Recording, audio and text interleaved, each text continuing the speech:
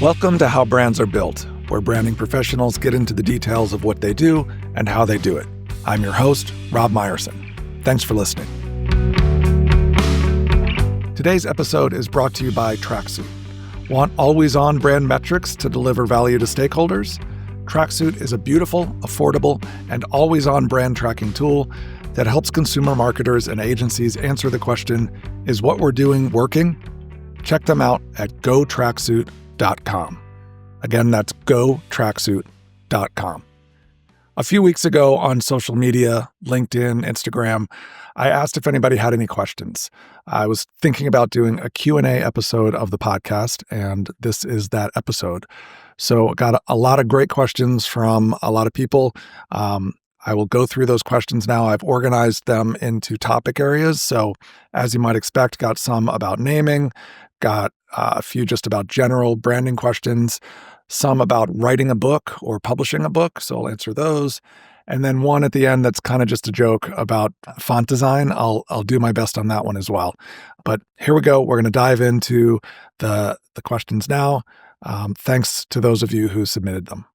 First up, in the naming category, we have a question from Nick McGraw at McGrawsome Design in Toronto, Canada. Nick is very funny on social media. Highly suggest that you find him and follow him to see some of the stuff that he posts. But Nick asks, I've got a client who loves the brand naming process I took him through. It's yours. He loves it so much, he can't wait to start up new companies and do it again with me. How can we convince other clients to have this much enthusiasm for the process? Is it just a matter of finding the right high-ticket clients? Is it about being the expert and selling them the thing? So Nick's, of course, talking about the process that I outlined in brand naming, also in the course that I taught, and on a bunch of blog posts and podcast interviews. So if you're curious what that process is, it shouldn't be too hard to find. And Nick, it's great to hear that your client loves it. It's kind of funny that they love it that much, given that making it fun, frankly, making it really fun was not a goal of mine. My goal always was effectiveness. What's going to get us to a good name at the end of this process? What's a good repeatable process to do exactly that? So I'm really glad to hear that your client enjoyed it so much. I think you sort of answered your own question there. I wouldn't say it's about high ticket clients necessarily. I don't think there's a correlation between how much money they're spending or kind of how big of a company they run or work at and how enthusiastic they'll be about the process. I think you'll find that some really big clients just kind of want you to do it and come back when you have the names. Others want to be really engaged, and the same for small businesses or mid-sized businesses as well. But I do think it's just about finding the right clients. And there are some that'll get it and some that won't. And I think your best opportunity, maybe your only opportunity to really do that before it's sort of too late, is during your initial call with a client or a prospect. You typically would be presenting your expertise, the approach that you plan on taking, and hopefully you can get a sense in that meeting what they would be like to work with. Do they seem engaged? Do they seem enthusiastic about the process? And you can factor that into how you approach it and whether or not you take on the business. But generally, I think what gets people excited about the naming process is just the promise, so to speak, of getting a usable name at the end. I've said it before, but some of the best and probably most enthusiastic clients I've had are the ones who've tried to do naming on their own and seen exactly how hard it is, or they've run into very specific challenges and they just want help. And that's, the best place to be, I think, as a consultant is when you can really just come in and help. The next question is from, speaking of naming, I'm going to butcher this name, sorry. Belyakov Artem, I think is the name. And Belyakov says, I've been doing naming myself since 2009, but almost every project I do is under a non-disclosure agreement. How can you attract new clients if you can't show your work on Instagram, for example? Yeah, that is tough. I guess the first question is, do you have to accept those NDAs going forward? Can you negotiate, in any way? Could you say, yeah, of course, I'll keep it secret before it launches, maybe for a year after it launches, maybe for 5 years, but eventually is this something I could talk about? Depending on the NDA, you might be able to just share the client company name without sharing the specific project you worked on. So you could say, I worked for Hewlett Packard Enterprise or I worked for NASA or whatever it is without saying what the project was, that'll still get you a lot of that social proof, so to speak, that you're looking for. You can maybe write a case study with the names redacted just to give a sense of, yes, I worked with this company, or maybe even redacting the company name, but just here's how I approached it. We came up with this many name ideas. We presented this many times. So that prospective clients can get a sense of what you're like to work with. It's basically just an outline of your process, but it's given a little bit more flavor by the fact that it's tied to a real project, even though a lot of the details are redacted. You can also ask your client for a testimonial. So again, even if they aren't willing to share their name or even their company name, they might be willing to say, you know, you were great to work with. The project went really smoothly. And so that could be really, really helpful as just something that you can use as marketing for yourself. You can post that testimonial. You could go to a site like Clutch, which does sort of B2B business reviews, and see if they'll let you post the review there. Often it's not really the final name that matters that much. I know people think it is, and some prospective clients probably understandably want to see what are the names you've come up with. But a lot of times that final name, so much went into that, a lot that they can't know back and forth with a client. They're probably not the right target audience for that name. And so a lot of it really should be about what's the process you went through? Was your client satisfied, happy at the end of it? Are there any business results you can point to, like this product launched or whatever it is, and it's been quite successful, and maybe some of that is attributable back to the name. So there are quite a few things I think you can do without actually sharing the name. But I agree, and I get it. It's a tough challenge, and so good luck navigating that. Another question, also from Belyakov, is an overview of the different ways of working and which of them work really well. I guess the question is, could you provide that overview? The differences between the methods of interbrand and catchword branding and lexicon are somewhat different. So what's the difference? Well, I've only worked, out of the ones you named, I've only worked at Interbrand. I've also worked at Siegel and Gale, at smaller brand consulting firms as well. And now, of course, on my own. I have subcontracted to some of these other agencies. I have friends who work at them, but I can't really, share that much about the inner workings of them, partly because I don't know necessarily, and partly because it probably wouldn't be appropriate for me to do that anyway. It's probably better if I just talk generally about differences that different agencies take, and maybe some differences between big and small firms that I've seen. So there's actually something in my book where I talk about how to structure a naming team. And one thing that I say doesn't work, which I have seen at a big agency that shall remain unnamed, is just asking a huge number of people on the team. And by huge, I mean maybe a dozen or more. So not that huge, but asking a big team to each throw in a few names or spend like an hour on it. Hey, can you spend your lunch break coming up with names? And this is even asking, these people technically are professional namers that work at the agency, if they're that big. But instead of really deeply briefing them and then asking them to spend a lot of time thinking about it, it's sort of this scattershot like, hey, can everyone just throw a few names into a Google Doc? Don't spend more than an hour or two because we're tracking hours and, we don't have a budget for you to spend more than that. My stance is that just really doesn't work. It sucks. Everybody gives you the same first 5 ideas. The reason that big agencies do this sometimes is they have a bunch of young, relatively inexpensive people on staff. They're usually very smart, very well educated. It's not that they won't be or aren't great namers already, but the way they're being asked to do it, I think, does not do service to their talent, nor does it do service to the client or the project. Smaller agencies can't do that. They don't have that team. And so they're usually looking at a smaller number of namers. And I think whether you're big or small, the better agencies do it with that smaller number of highly experienced namers that can sink a lot of hours into the naming project, because you have to scratch beneath the surface. You have to do some digging to get past the first 100 names that anybody almost could come up with that are probably not available legally, that aren't that interesting from a creative standpoint. And so I think that's one of the big differences I've seen at different agencies. The rest of it, and not to diminish the importance of it, I think is hugely important. The rest of the difference comes in all of the other steps outside of generation. So what's their approach to presenting names?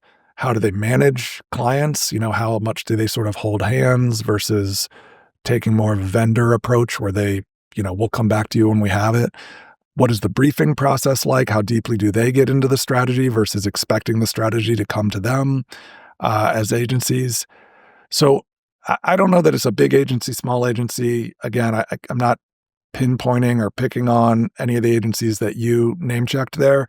I think they just all have different approaches, understandably, just like I have an approach, and I'm sure any other person out there doing naming has their own sort of presentation style. And it's ultimately sort of what works best for you and for the clients that you're serving. I will mention one thing since you mentioned, I think Lexicon, just an interesting point that you may not know. David Plassick, who runs Lexicon, if you'd like to hear him present names, he does that on an episode of the first season of a great podcast called Startup. It's years old now. I don't know how much the presentation that you hear on the podcast is the same as what he would do if the microphones were off. But I found it really fascinating to hear him kind of doing his thing in that episode. And it's kind of a fun, for anyone who does naming or branding, it's fun to listen in on how that company got named anyway. So check that out. All right, next question comes from Brad Flowers. Brad is the author of The Naming Book, a fantastic book about naming. He's also partner at Bullhorn, a great branding agency in the Lexington, Kentucky area. Hi, Brad. Thanks for your question. So Brad says, I assume everyone is talking about it, but I haven't seen much in the last 6 months or more. What is the current state of AI and naming? It's a great question. And by the time you listen to this, my answer will probably be out of date. The biggest news in the space recently, although it's not that recent anymore, was Monica. They're billing themselves as kind of an AI-first naming agency. They had a big splash kind of with a Fast Company article talking about how they were sort of breaking the naming industry, doing it a lot cheaper and quicker.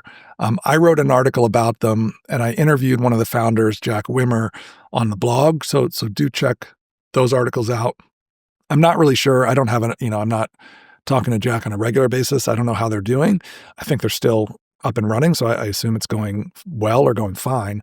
But I'll just sort of restate some of my core thoughts. What I think Jack and his partner have built is they're using a lot of these large language models in really interesting ways to approach name generation in ways that are more similar to the ways that humans do, as opposed to, just asking ChatGPT to come up with name ideas, which, if you've tried it, does not work well.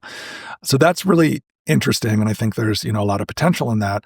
But I don't really think it's the creative part, the name generation aspect of naming that we need help with from AI. Frankly, there are some very talented human professionals who do this very cost effectively, really quickly. I would still go to them every single time.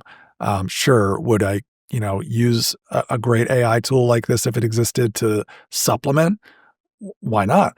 I don't have a strong argument against it, but it's still not going to help me that much because, a lot of my job, of course, I generate names too, but a lot of my job when I'm working with a client is before and after that name generation. It's getting to the point of the brief being really clear and everyone aligned on it. And what are we trying to do with the name? What's going to work? What isn't going to work? That's really, really hard. And I think I haven't seen AI really, set up to try to do that yet. I'm not saying it couldn't, but I just haven't seen anyone really try to do that. And then after the generation, it gets even harder because then it's presenting names, making the case for names, helping clients imagine those names exist in the real world as the names of their company or a product or whatever it is we're naming, and driving a decision, getting them to consensus if that's what they need, getting that final name across the finish line. And again, I've seen enough of AI through clients of mine that are in that space to know that it's capable of a lot of things that we may not even think of it as being capable of. I don't doubt that it could potentially manage a difficult client through a difficult decision-making process. But I just haven't seen anyone really trying to do that yet. And I don't know how clients would react if they knew they were being managed by AI versus a human in that way. So that's I think the current state. I will say there are some AI tools cropping up now for preliminary trademark search. I think Haloo, Haloo, is one of those. I'm not super familiar with it.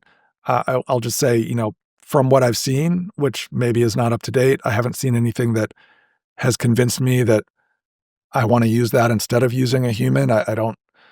Maybe it's as good but costs more, or maybe it's not as good but costs less. I'm not sure. I think it's sort of, it looks like it may get there, but I just haven't seen that it's there yet.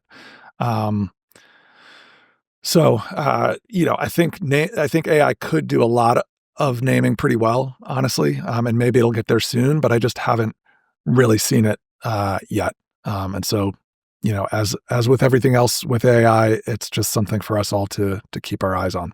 The next naming question, and then I think we're going to pivot here in a bit to branding, general branding questions. The next naming question is from Liev Lewitt, logo designer and brand namer, and he runs Limerick Studio in Silver Spring, Maryland. Shout out to Silver Spring. That's where my grandparents lived, and I grew up going there all the time. Thanks for your question, Liev. So he says, about the legal screening side of naming, my clients rarely have their own lawyer for full legal screening. So whatever I do with Google and the WIPO database is all they're going to get.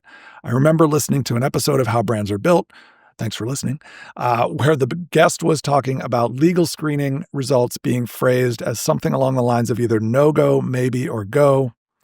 But the process of translating the results into those buckets was hazy, and clients always ask for more granular data about certain names.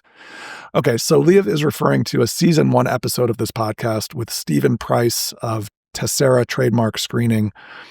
Steve groups names as go, maybe, or maybe not.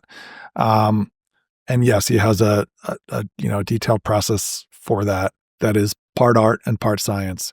Sorry, one more comment from Liev. He goes on to say, I always stress that I'm not a lawyer, good for you, and my advice is not legal advice, but more insight into that part of the process, if you're doing it all solo, would be valuable. So yeah, good call on reminding people you're not a lawyer. I should do that right now as well. So I'm not a trademark attorney. I'm not an attorney at all. So take what I say here with a grain of salt, and I'm going to do my best not to provide any kind of legal advice. Look, I get it. When you're bootstrapping a business and you're just looking for a name and to get things off the ground, it's really daunting to think about hiring a lawyer if you don't feel like you have to, because you just, you don't want to have to tackle that price tag right at the beginning. I think the good news is there's a lot you can do on your own these days. As you said, Liev, you can, through Google, through the U.S. Patent and Trademark Office, their free database called TESS, through WIPO, which is a European equivalent, you can do a lot of searching. And the thing is, you're going to kind of have basically broadly speaking, three buckets of outcomes when you look at something. And by the way, it's not just Googling it. There are some nuances to how you look at it. I've written about that, and I'll put a link in the show notes. You need to understand that trademarks are attached to industry classes, for example, or specific goods and services. So just because they're using Dove for the name of a soap doesn't mean you can't use Dove for the name of your chocolate. So just some sort of basic things like that. But if you have the basics and you're doing the searching yourself, you'll wind up in three scenarios. One is you immediately realize something is unavailable. So that's pretty easy. Good thing you didn't pay a lawyer to do that for you. In fact, yeah, I would advise you to do it on your own and just knock things out to save money before you ask anyone else for help. Second scenario is you can't find a thing. It just seems like nobody else is using this name. Nobody else is using anything similar to this name and anything that even at all resembles the products and services you're planning on using. In other words, it appears to you as an amateur to be really, really clear or available, or however you want to phrase that. This is where I don't want to give legal advice, so I'm not saying just do it and don't worry about talking to a lawyer, but coming from the perspective of an entrepreneur and trying to save money, I would be hard pressed to go spend a lot of money having someone dig deeper on that when it just seems like there is absolutely nothing out there. This name is unique. And so, I do have some suggestions of what you could do, but I don't think what you need to do there is necessarily having a lawyer spend hours and hours and hours giving you some huge report that it's just going to say basically the same thing that you found. What's much, much, much more likely, though, is that you don't have, it's actually pretty likely that you do find that it's not available.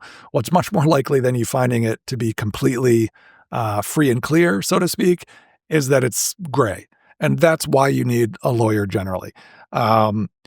You found a company that's sort of similar to yours, but you don't think it's that similar, or the name is similar, but they spelled it differently, or they added a word or took a word away. And that's where you should be questioning your own ability to make this decision as a non-experienced trademark attorney. And so in that case, that's where you want to get somebody else involved. The good news is it doesn't, at first at least, it doesn't necessarily have to be a lawyer that you're asking to pay, to do a deep search with. You can do that preliminary trademark screening. And for that, you can use someone like Steve. I list other lawyers in my book, Angela Wilcox of Wilcox IP, Perry Gategno of Litwin Koch. Angela and Perry happen to be in Chicago. So especially if you're in the US and you're looking for help, any of those three people, Steve, Angela, or Perry, and I'm sure there are others like them, you could go to and say, look, I'm not looking for that deep search. I'm just doing sort of a preliminary trademark search now. And, I'm down to these 5 ideas. Could you give me some sense of what might work, what might not work? And that's really affordable.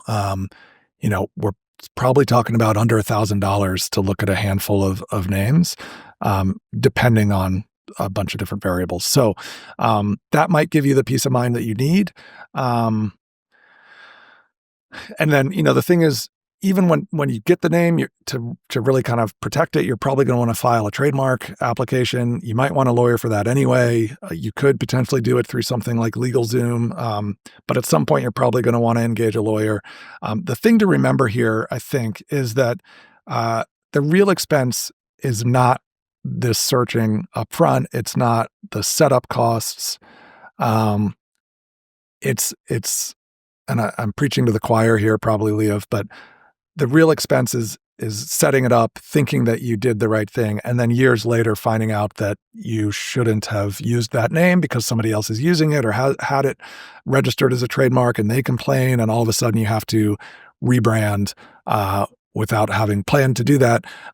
That's the real risk and that sort of opportunity cost or that money down the drain. And so, yeah, there's no definitive answer or workaround. I mean, we need great trademark attorneys when we're building brands, but there are a lot of things that you can do on your own or short of having an attorney do sort of a deeper search of what we call a full legal search that might save you some money on the front end. Again, I just want to repeat, this episode of How Brands Are Built is brought to you by Tracksuit. Tracksuit is a beautiful, affordable, and always-on brand tracking tool that helps consumer marketers and agencies answer the question, is what we're doing working? A tool like Tracksuit helps track the impact of your marketing and find out the unique selling points your brand has over its competitors. Tracksuit is fast becoming the common language for businesses in competitive categories to measure and communicate the value of brand building. Thanks to our friends at Tracksuit for sponsoring this episode. Check it out at gotracksuit.com. That's gotracksuit.com. All right, that is it for naming questions or naming specific questions. Got a few questions about branding or just sort of general questions. So the first one, really short, from someone who goes by Brands Mention on, I think, Instagram. When I said I was going to do this Q&A episode, Brands Mention said, "Good idea. I think most of the audience will ask about if brand equals design." And then in parentheses, of course not. I don't really have an answer to that, except right. Brand is more than just design. So thanks for your question. But let's move on. Will Hawkins, director of brand and creative at HHS LLC in Austin, Texas, says, branding question. How do you maintain consistency with your visual identity, logo usage, color palette, typography, etc., within a medium to large-sized organization, meaning 20,000 employees, multiple divisions?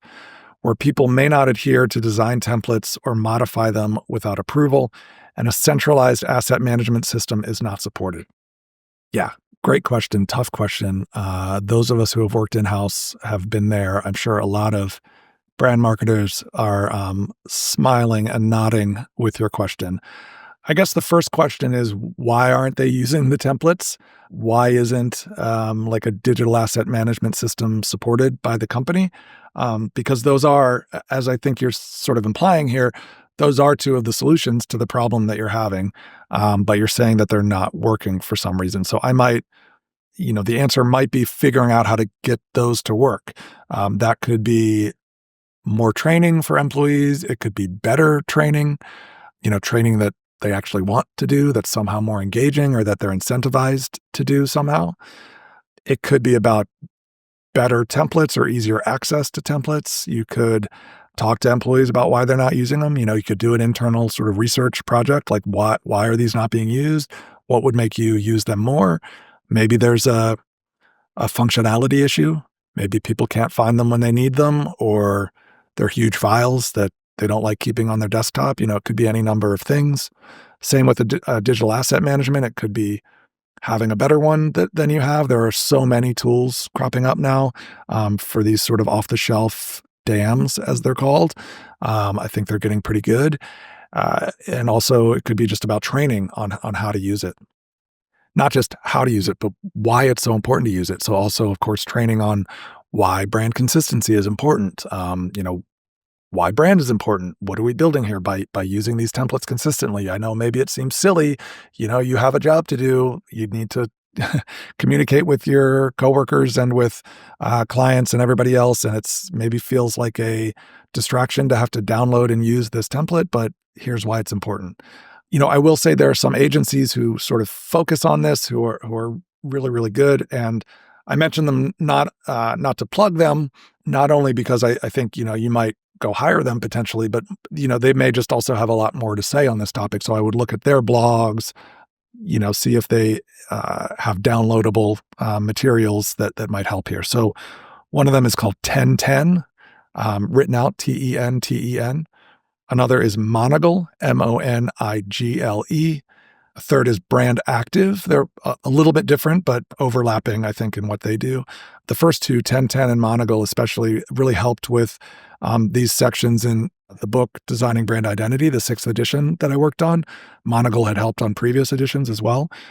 You could also look, of course, in that book at those pages and see if there's any advice there that could help. And again, knowing that some of it came from the experts at these firms. So you might contact them, ask them for advice. You might look at any kind of thought leadership that they provide. All right. Also from Will Hawkins, another branding question. Thoughts on changing the colors of your sales proposals and presentations to the prospect company's brand colors to show personalization? Good to do, not good to do, why or why not? Generally speaking, I wouldn't.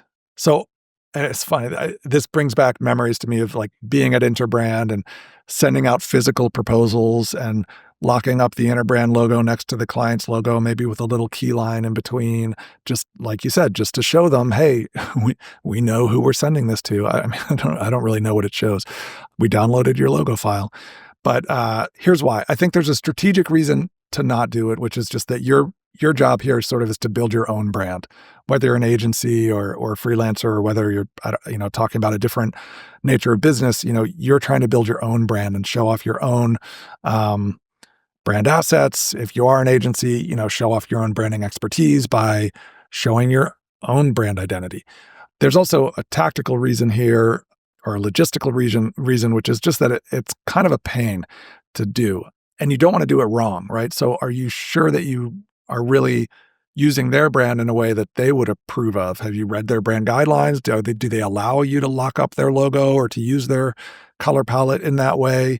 And my sense is that depending on who this is going to, I guess, it might be worse to do it wrong than to just not do it at all. I mean, you don't want to slap their logo on the front and then find out that you used an old logo. I feel like that would be worse than just not doing it at all. And so, yeah, I would steer clear, I think.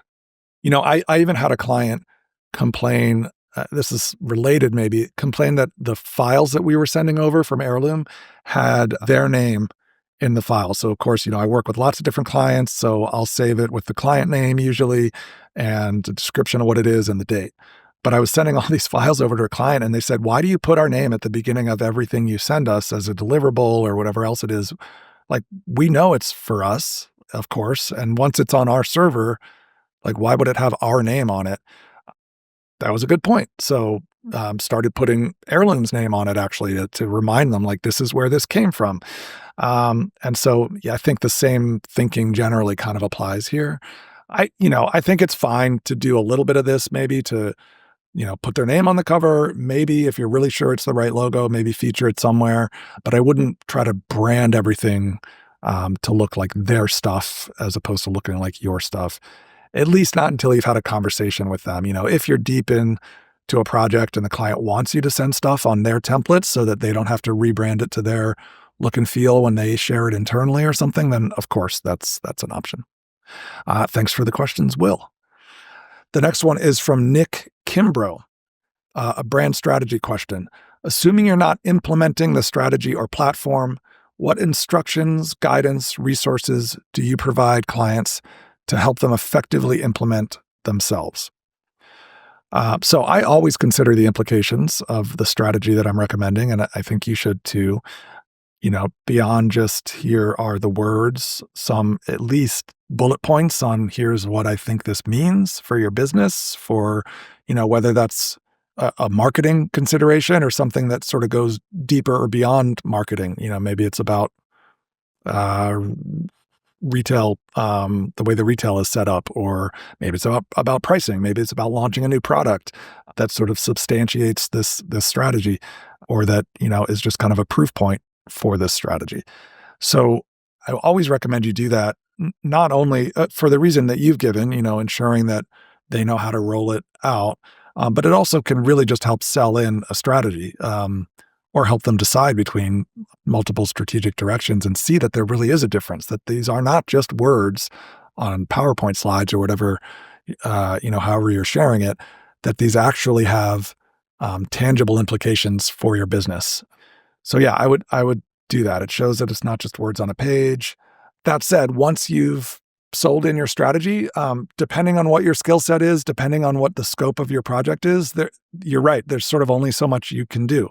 That is that is the nature of strategy. That is the reality of being a strategy consultant, is that sometimes at some point things are out of your hands.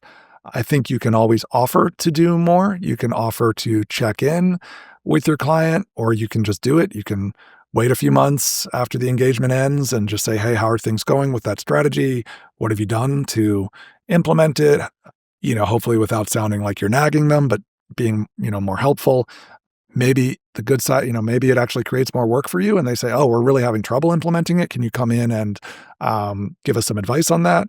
Or maybe you do something for free and, it's just part of your service is to follow up 3 or 6 months later and see how things are going and provide some free advice on how they might better implement or continue implementing whatever that strategy was.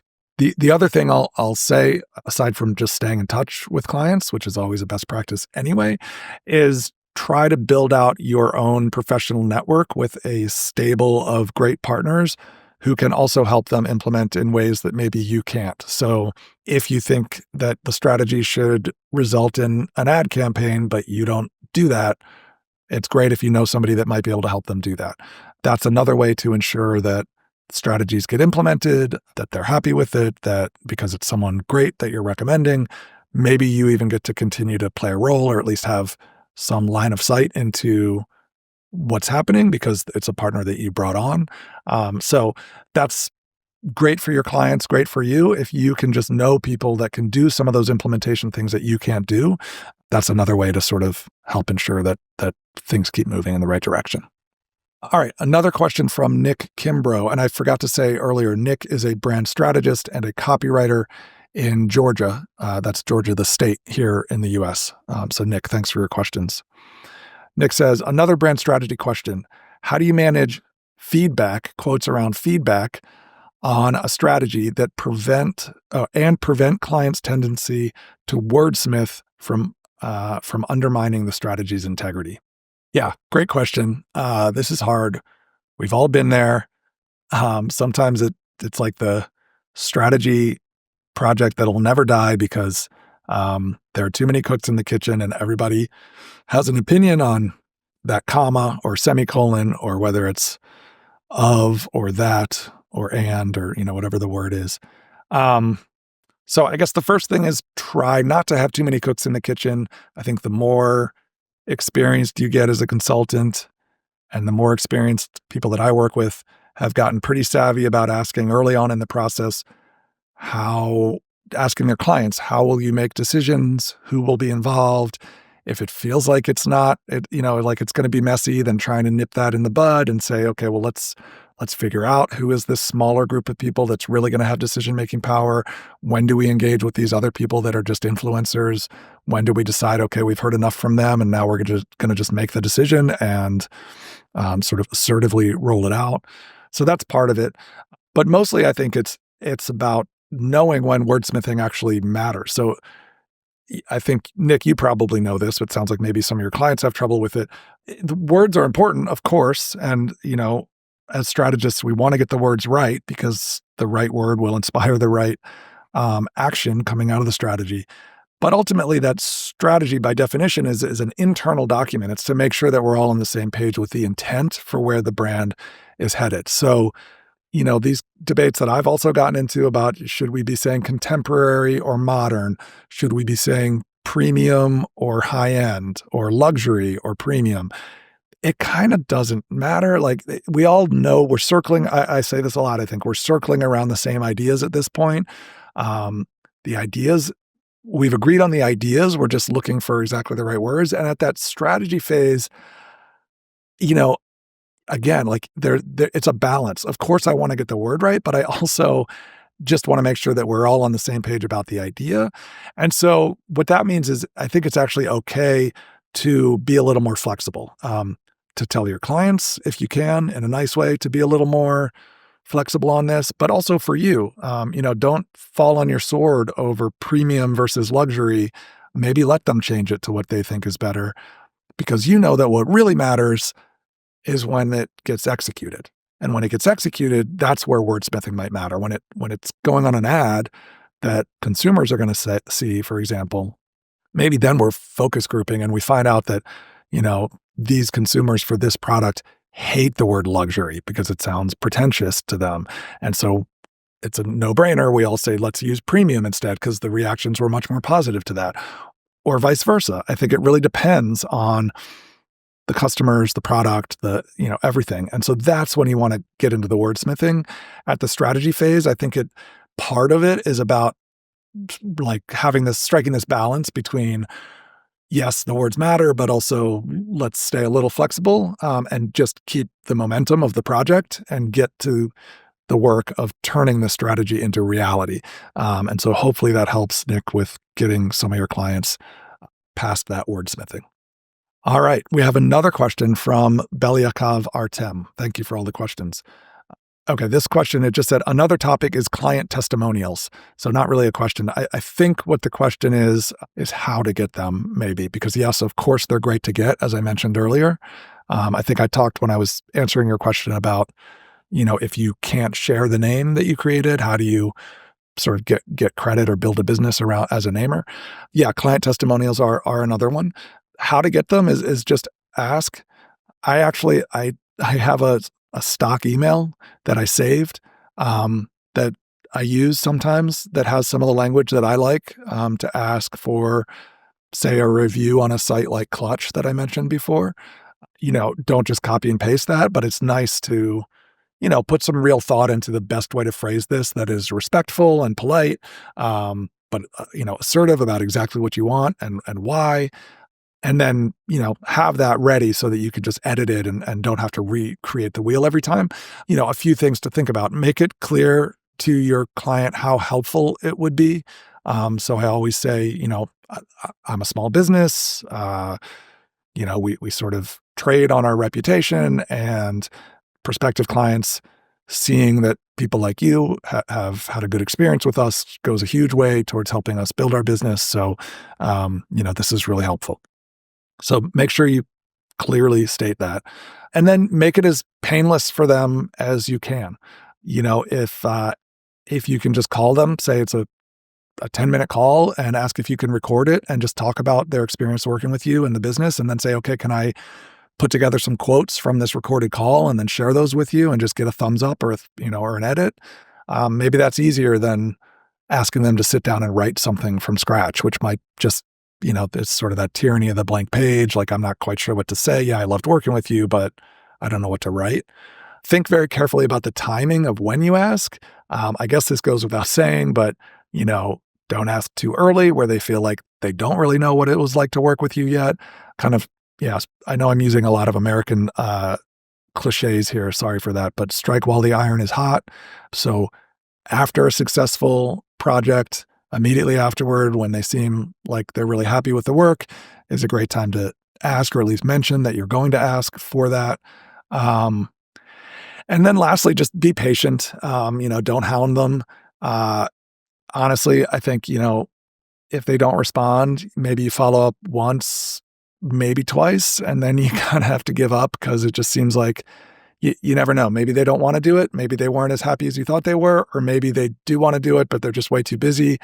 But I think it starts to get really annoying and work against you if you're asking again and again and again. That's going to make them less likely to do it. And ultimately, I think a happy client is more important than getting that testimonial. All right. That is it for the general branding questions. And we talked about naming. So now a couple of questions about book publishing and writing books. So those of you listening who don't know, I wrote brand naming that I talked about earlier. I was lucky enough to partner and co-author Designing Brand Identity, the 6th edition of Alina Wheeler's book. She created the book and created 5 editions of it on her own over a 20-year span, and then invited me to work with her on this most recent edition, which was a great experience for all kinds of reasons that you can imagine, but also gave me access to another publisher, Wiley, which is one of the biggest publishers in the world. My first book was published with a very small publisher. And then more recently, I wrote kind of a fun little book that's not branding related. And so I only mention it because it gave me the experience working with yet another publisher. So now 3 different books, 3 different publishers. First question is from Jacob Cass at Just Creative, who hosts the Just Branding podcast. You probably know Jacob if you're listening to this, but Jacob also ran the Brand Builders Summit last summer, which was huge, and I spoke at that. And now he is building his Brand Builders Alliance, which is a membership group for branding professionals. So Jacob says, I'm curious on the whole book publishing process, so if you could walk through that process for someone that may want to write and publish a book. And then he says, cheers, mate, which I won't attempt his accent, but you can just hear that in your head. I'm going to sort of table your question, Jacob, and answer it along with the next one. The next question is from Paul Bailey, who you should also know. Follow Paul on LinkedIn. Paul is the brand strategy director at Halo in Bristol, England. Another accent I won't attempt. Paul's also a really prolific writer on branding, so read what he has to say. Paul asks, I've wanted to write a book for years now. How much of a book do you need to write before you can take it to publishers? Is an outline enough? Do you need to write a section of it so they can see your writing style? Okay, so for both Paul and the sort of more general question from Jacob. So my experience, again, it's mostly with B2B business books. The publishers I've worked with range from Wiley, really big, to those really small ones, and one that's kind of in between. And honestly, the experience has not been as different as you might think it would be between those different size publishers. In my experience, most will want to see a chapter or 2 of your book.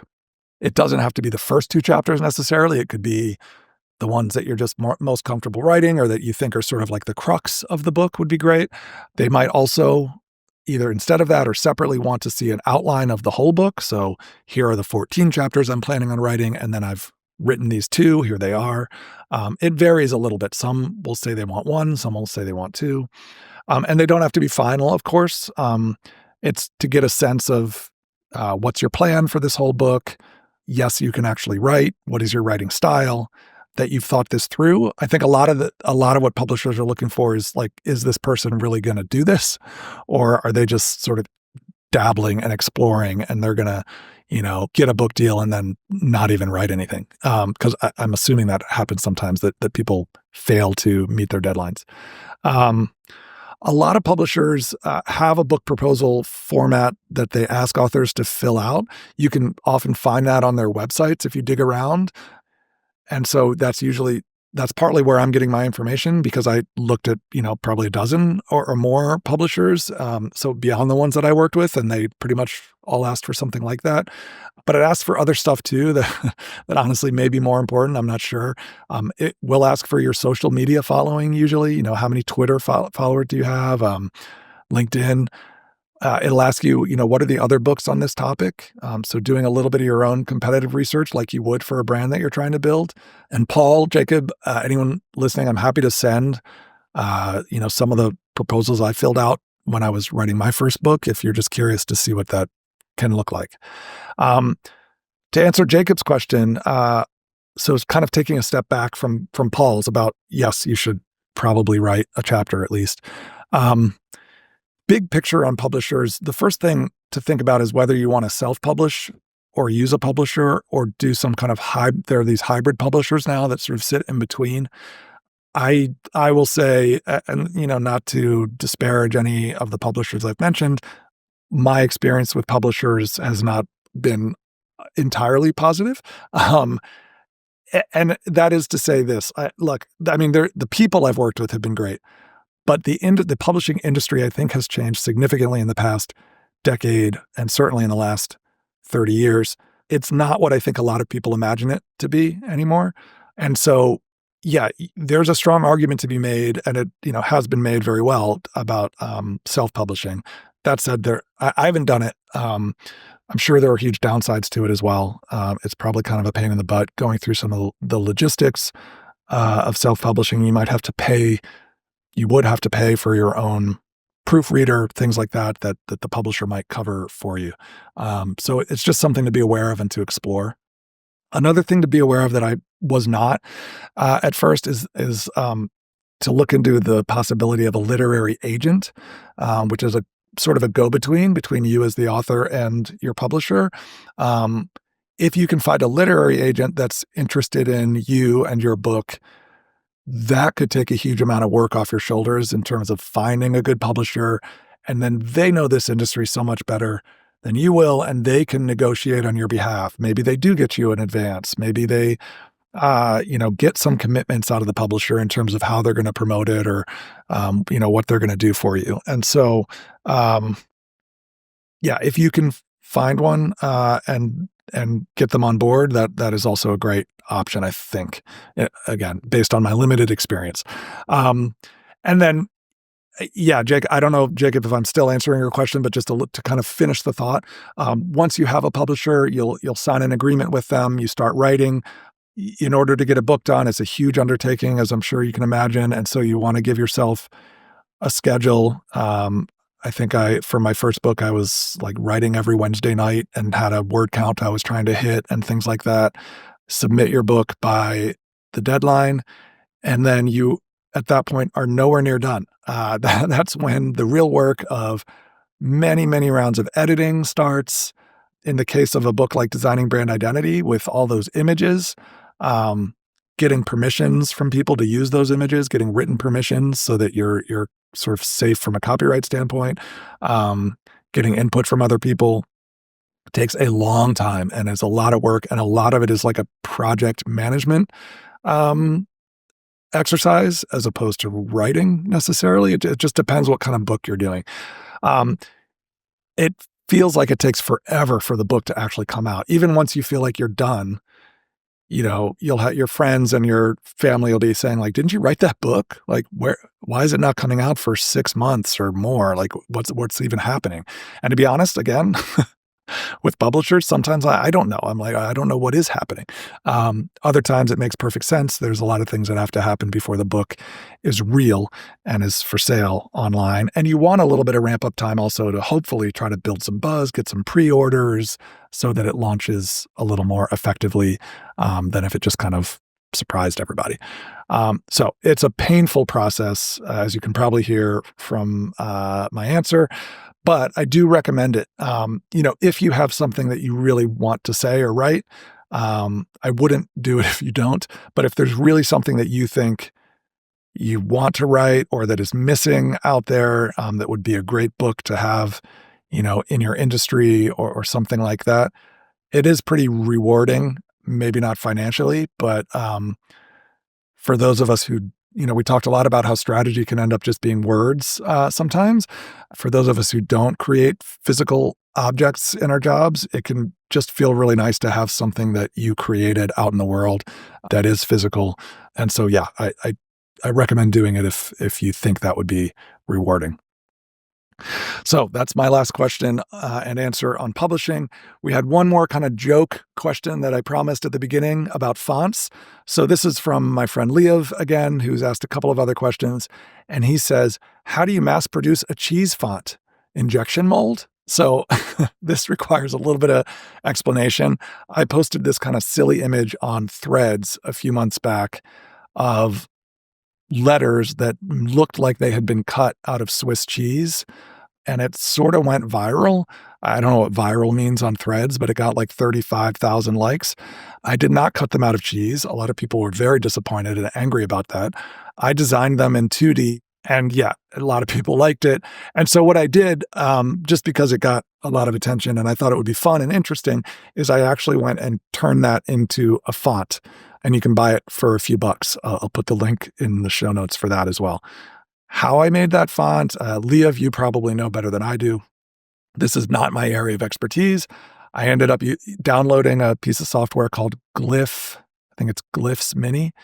I used Illustrator and that, and had fun making that font. And I've made one or two others since then, but I do not really know what I'm doing. So the real answer, and to Liev's more general question about how to produce a font, I would go to James Edmondson of Oh No Type Co. to learn about real font design and typography. James also helped out with designing brand identity. There's a whole spread on typography, and he weighed in on that.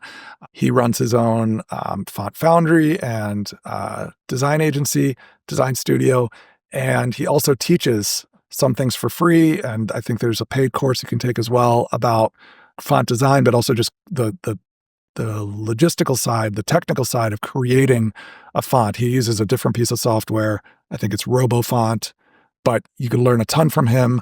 I'm sure there are other great experts out there. I'm not really the expert, but hopefully that gives you a little bit of an idea, and hopefully you have fun looking at the cheese font if you haven't already.